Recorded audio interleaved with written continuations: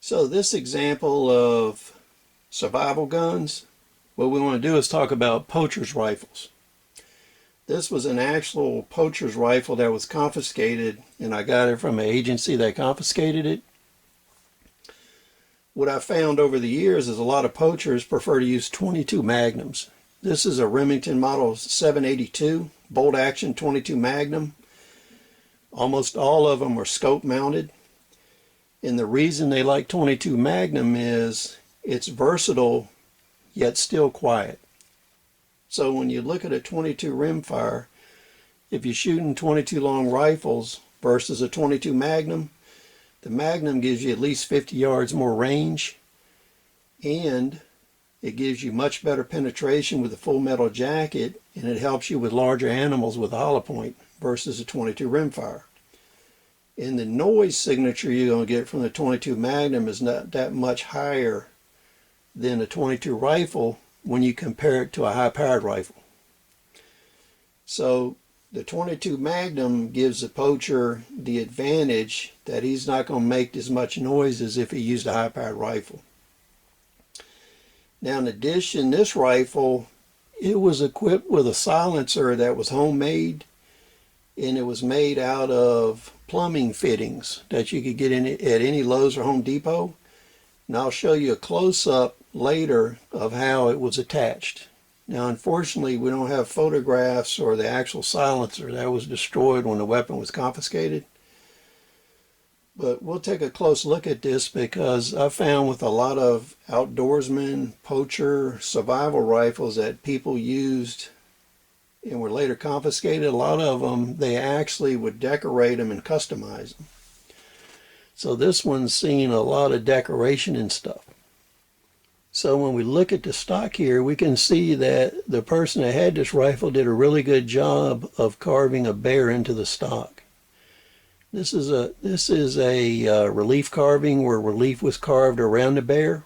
So the bear actually is the height of the original stock.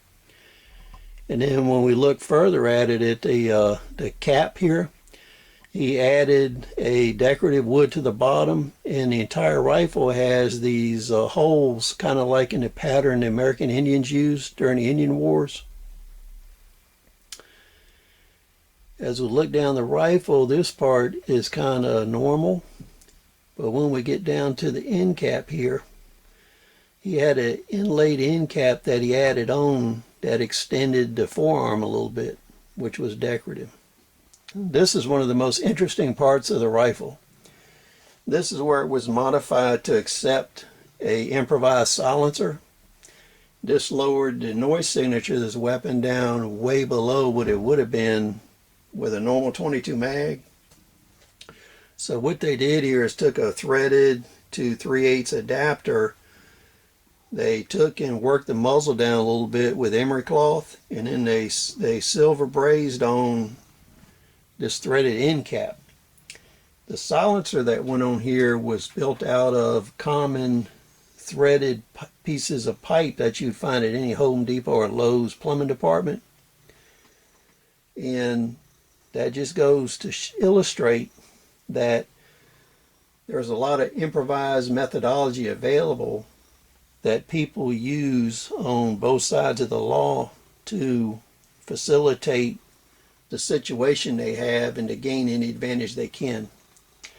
So what you want to keep in mind during SHTF, riots, whatever, over time a lot of stuff like this is going to come out of the woodwork, and you're going to face improvised suppressed weapons.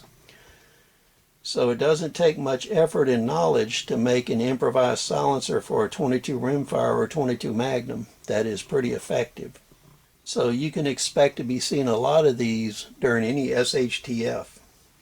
As times become more and more lawless, people will not see laws as an impediment to superior weaponry. So please rate, comment, subscribe. We'll see you on the next video.